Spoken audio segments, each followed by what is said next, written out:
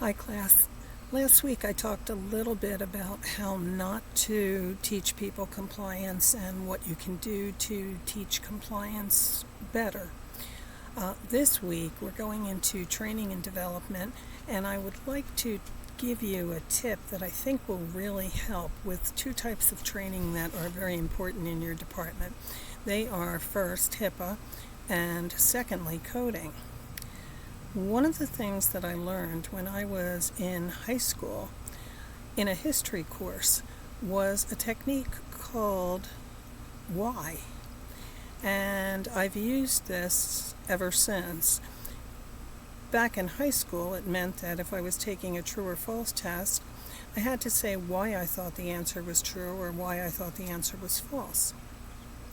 I started using this when I was teaching coding, and I would have people write down the code that they thought was correct for the situation I described or the diagnosis I described, and then I would ask them why they chose that code.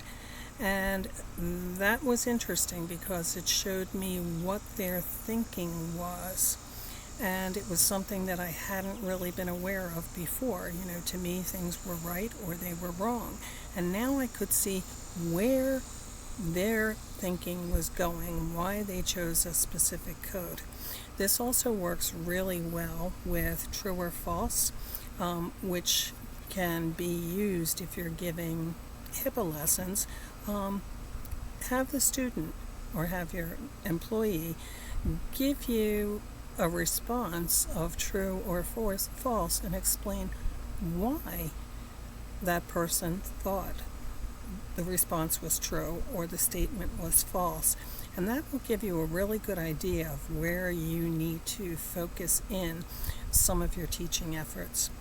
Have a good week. Thanks.